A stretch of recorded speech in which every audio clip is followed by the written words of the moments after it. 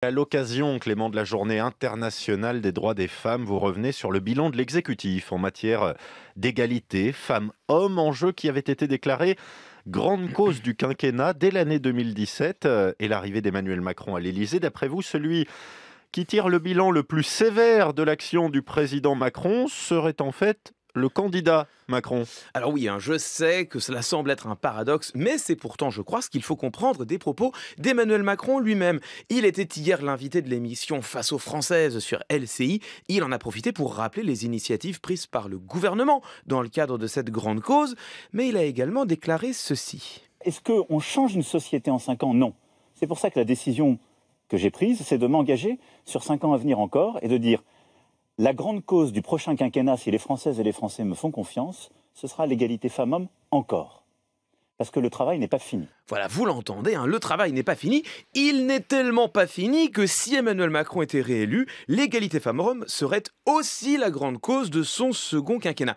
Il y a pourtant une règle rhétorique simple. Ce que l'on a besoin de réaffirmer, voire de durcir, c'est ce qui n'est ni évident ni appliqué. Cela revient à reconnaître, sans le dire, que le bilan de ce premier mandat n'est pas satisfaisant. Et en même temps, c'est un peu sévère, comme le dit Emmanuel Macron lui-même. Peut-on réellement transformer toute la société et régler ce problème en l'espace de 5 ans? Alors je crois qu'on le peut, et je crois même qu'on le doit. En tout cas, on le doit quand on emploie des expressions telles que grande cause nationale. En 2002, le président Chirac déclare que la lutte contre l'insécurité routière sera une grande cause nationale. 5 ans plus tard, et des mesures aussi volontaires qu'impopulaires, le nombre de morts sur la route avait baissé de plus de 40%. A contrario, entre 2017 et 2022, le nombre de femmes mortes sous les coups de leur conjoint ou ex-conjoint n'a hélas pas diminué sensiblement.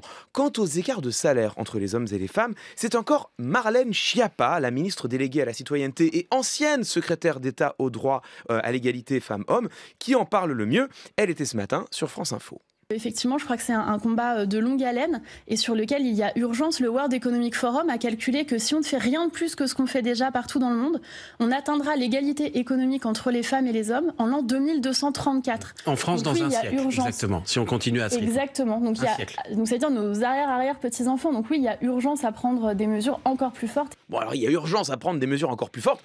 Heureusement que ce sujet n'était pas une grande cause nationale, parce que sinon, on aurait pu commencer à se demander pourquoi, s'il y avait urgence, ne pas les avoir pris plus tôt. Alors, il y a tout de même des domaines dans lesquels l'action de l'exécutif a été efficace. Les différents gouvernements ont été plus ou moins paritaires. Le nombre de femmes à l'Assemblée a lui largement augmenté.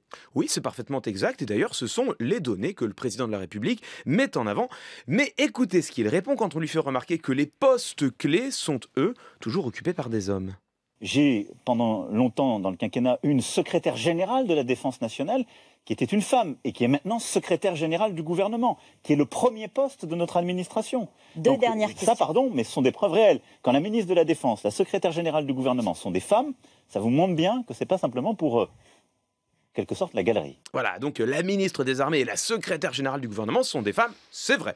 En rhétorique, c'est ce qu'on appelle un argument par l'exemple. Alors, dans l'échelle des preuves, ça n'est pas rien, un argument par l'exemple, mais ça n'est pas non plus grand-chose. S'il avait voulu être plus rigoureux, Emmanuel Macron aurait pu utiliser un argument par énumération, en rappelant, comme l'a fait ce matin Libération, que 3 des 4 ministres régaliens, le président de l'Assemblée nationale, le secrétaire général de l'Élysée, les présidents des 2 groupes parlementaires LREM, le délégué général de LREM, l'actuel Premier ministre et le précédent Premier ministre sont tous des hommes. Et si Emmanuel Macron avait voulu monter d'un cran encore en matière de rigueur, il aurait pu utiliser un argument par la donnée agrégée, comme l'a fait l'une des Françaises qui l'interrogeait hier soir, en lui rappelant que 80% des directeurs de cabinet au sein du gouvernement sont aussi des hommes. Ça veut dire que toute sa politique en la matière est un échec? Non, ce ne serait pas vrai. Tout n'est pas un échec. En revanche, on pourrait souhaiter tout simplement que les mots gardent leur sens.